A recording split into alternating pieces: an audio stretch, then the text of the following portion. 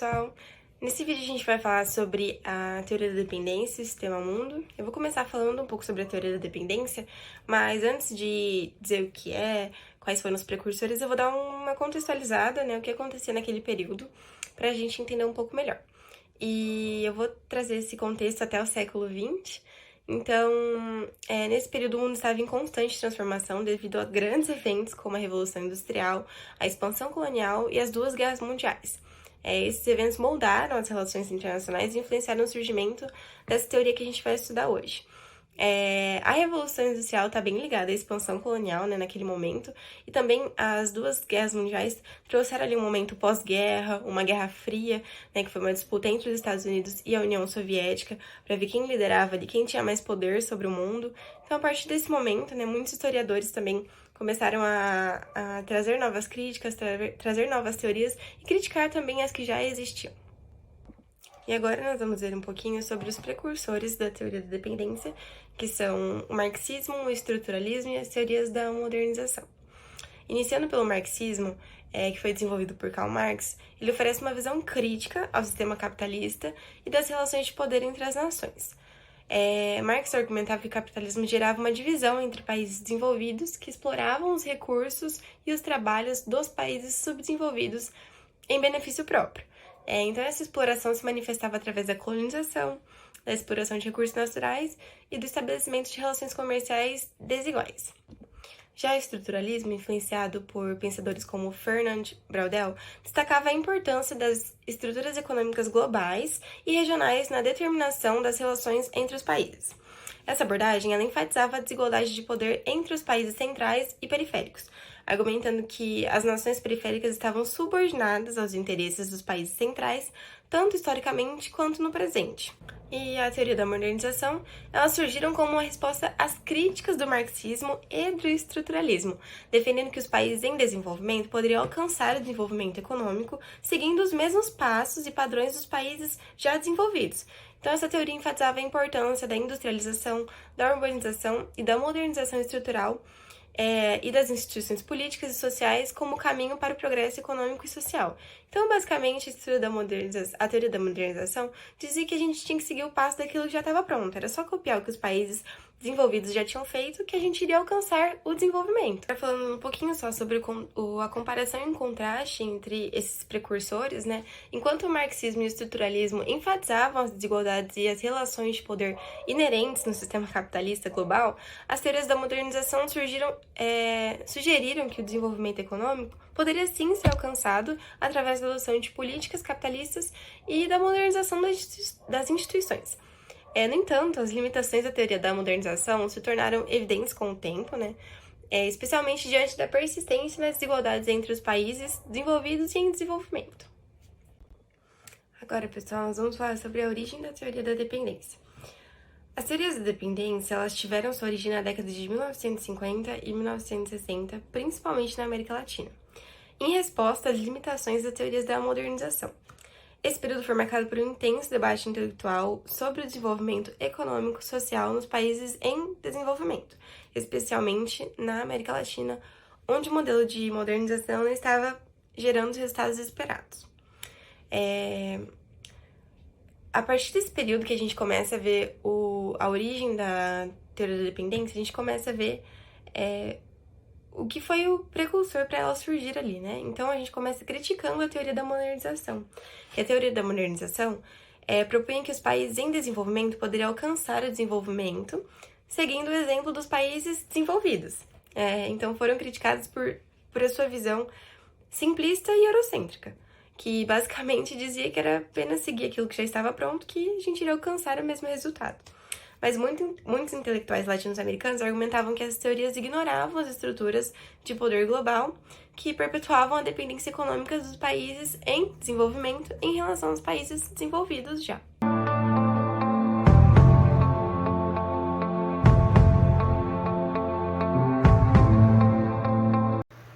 A teoria da dependência é uma abordagem teórica não-marxista que surge na América Latina na segunda metade da década de 1960, para apresentar uma visão terceiro-mundista da dinâmica internacional.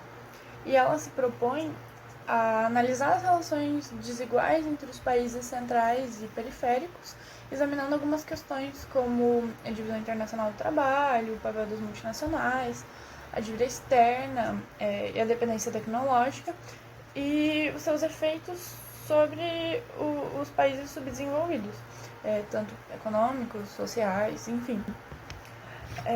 Alguns dos seus principais nomes são Rui Mauro Marini, Teotônio dos Santos, Florestan Fernandes, Fernando Henrique Cardoso e Enzo Faleto.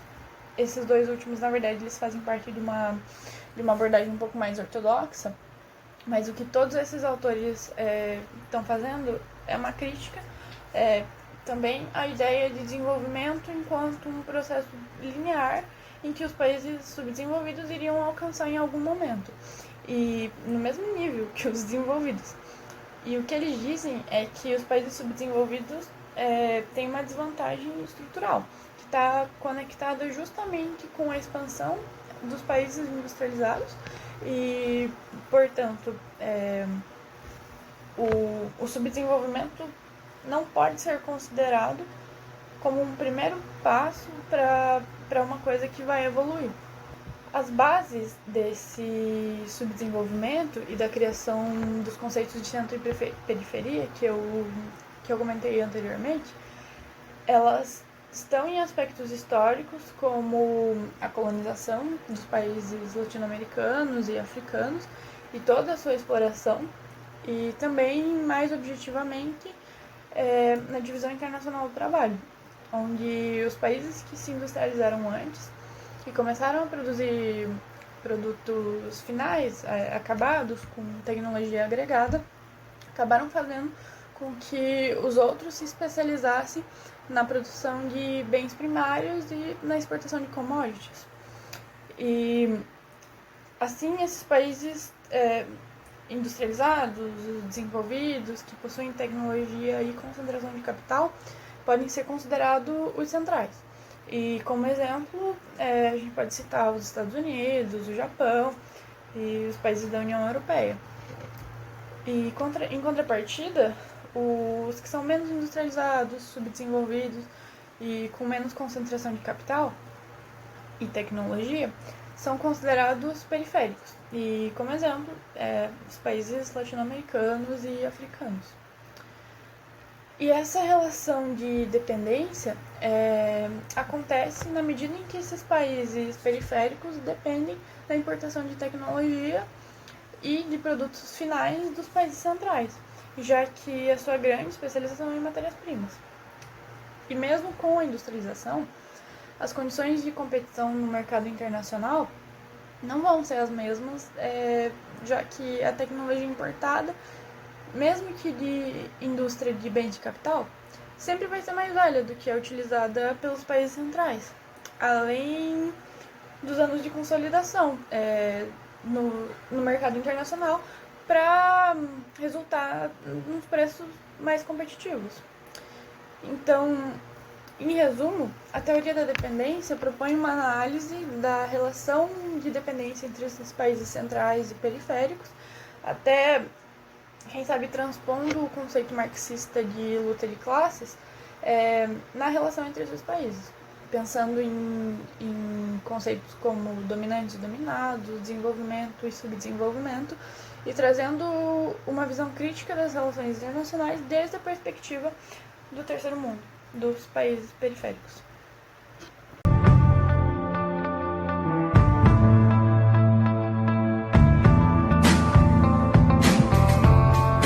Na minha parte, eu vou falar sobre 3 assuntos muito importantes. O primeiro será o capitalismo moderno, sua origem e características. O capitalismo moderno é um sistema econômico e social que se baseia na propriedade privada dos meios de produção, na livre iniciativa e na busca de lucro. Suas origens remontam ao final da Idade Média e ao início da Idade Moderna na Europa Ocidental, com o declínio do feudalismo e o surgimento de uma economia monetária mais desenvolvida. Agora vamos falar sobre as características do capitalismo. Propriedade privada. Isso significa os meios de produção, como fábricas, terras e recursos naturais, são predominantemente de propriedade privada, em oposição à propriedade coletiva ou estatal. Segunda, busca de lucro. Uma das motivações centrais dos agentes econômicos no capitalismo é a busca de lucro. Empresas buscam maximizar seus lucros através de produção e venda de bens e serviços. Enfim, a acumulação de capital no capitalismo moderno há uma ênfase na acumulação de capital, seja na forma de investimento em novas tecnologias, expansão das empresas ou investimento financeiro. Segunda parte, eu vou falar sobre a estrutura do sistema mundo. A teoria da estrutura do sistema mundo, desenvolvido pelo sociólogo Emmanuel Wallerstein, propõe uma visão da economia global como um sistema hierárquico composto por 3 tipos principais de regiões ou economias. Primeira, as economias centrais. As economias centrais são aquelas que têm um alto nível de desenvolvimento econômico, tecnológico e industrial. Elas tendem a dominar o comércio internacional, controla tecnologias avançadas e exerce influência política significativas. Agora, as economias semiperiféricas ocupam uma posição intermediária entre as economias centrais e periféricas. Elas, geralmente, têm um nível intermediário de desenvolvimento econômico e industrial, com uma mistura de setores econômico avançado e menos desenvolvido. Elas podem exercer alguma influência regional, mas ainda dependem, em certa medida, das economias centrais. Enfim, economias periféricas. As economias periféricas são aquelas que têm um baixo nível de desenvolvimento econômico e industrial em comparação com as economias centrais. Elas, muitas vezes, dependem da exportação da primeira matérias-primas e produção de baixo valor agregado. Enfim, em terceiro lugar, a dinâmica do capitalismo e divisão internacional do trabalho. Segundo Safar Gilberto, no seu livro Teoria das Relações Internacionais, ele fala sobre a divisão internacional do trabalho. Para ele, essa divisão é produzida pela estrutura capitalismo global.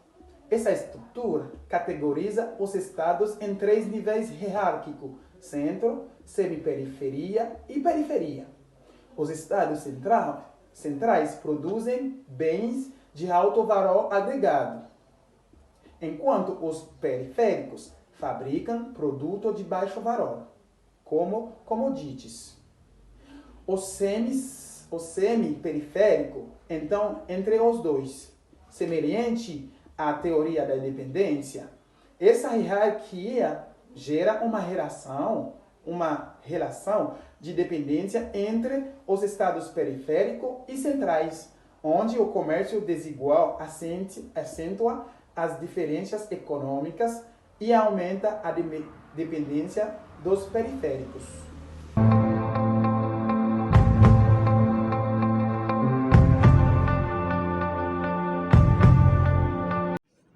Boa tarde, gente.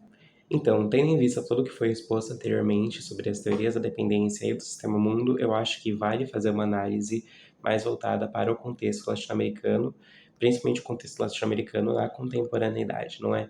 Essas teorias, elas seguem tendo relevância. Nós podemos analisar toda a contextualização socioeconômica da América Latina do século XX para buscar entender esses fatores. Portanto, a gente pode ver que depois da metade do século XX para cá, a América Latina vive, de certa forma, vários momentos. Momentos de maior instabilidade econômica e momentos de maior estabilidade econômica. Entretanto, parece haver prevalecido a teoria neoliberal nas políticas governamentais do que as teorias mais voltadas para o desenvolvimentismo. E o que acaba, no final, trazendo com a queda do neoliberalismo na América Latina, trazendo essas teorias de volta, porém com outras revisões, outras matizes, outras nuances. Por exemplo, se a gente para pensar na influência da CEPAL, da Comissão Econômica para o Caribe e América Latina, e dos seus postuladores, Raul Prebisch e Celso Furtado, as suas teorias parecem ter tido um certo impacto na região, sobretudo no que tange à questão da industrialização, devido à teoria da deterioração dos termos de troca, e também parece haver prevalecido um certo ânimo de tentativas de integração regional. Podemos perceber na influência da CEPAL, da Comissão Econômica da América Latina e Caribe, e nos seus postuladores, como Raul Prebisch e Celso Furtado, que a sua teoria sim parece ter tido um impacto na América Latina, sobretudo no que tange à industrialização, principalmente devido à deterioração dos termos de troca, que é evidenciado pelas teorias da dependência justamente devido às matizes que atinge a divisão internacional do trabalho, e também as propostas de planificação de economia e de tentativas de integração regional. Como podemos ver, depois dos anos 70, 80, começam a ter várias tentativas de integração na América Latina, passando do regionalismo fechado para o regionalismo aberto e o regionalismo pós-hegemônico, que é o que indica-se hoje. E temos diversos blocos, como, por exemplo, o Mercosul, a Organização Tratado de Cooperação Amazônica, o TCA, a ALAD, ALCA, Povo da Comunidade Andina. Então, sim, essas teorias elas tiveram uma certa relevância, sobretudo no que tange esse aspecto social e econômico. No questão de negociações internacionais e relações internacionais, elas parecem aparecer mais nas relações entre os países da região do que entre os países da região para com os países do centro. E isso é, por exemplo, uma das análises das políticas de substituição de importações. Entretanto, vale também ressaltar uma questão postulada pelo Milton Santos, que deve ser analisada, que é a globalização, e que também dialoga com as teorias de dependência. Afinal, após esse momento, começa a se viver no período da globalização, e a globalização, segundo Milton Santos, ela não é simplesmente uma questão econômica, uma questão social que está acontecendo, senão uma expansão do comércio internacional. Então, hoje as teorias da dependência elas começam a trabalhar junto a isso para identificar no cenário internacional como os países do terceiro mundo, ou os países subdesenvolvidos, ou os países periféricos, conseguirão lograr aquilo que eles tanto almejam, que é o desenvolvimento. Por isso, até o dia de hoje, é muito importante as teorias da independência para que a gente possa entender como nós podemos nos posicionar no comércio internacional, principalmente para que a gente possa ter um certo equilíbrio de poder na OMC, em outros órgãos, para que a gente possa buscar maneiras de nos integrar e também para que a gente possa entender novas dinâmicas do sistema internacional e de um regime internacional. É isso, gente. Espero que tenham gostado do nosso trabalho e agradeço a atenção de todos vocês. Tchau!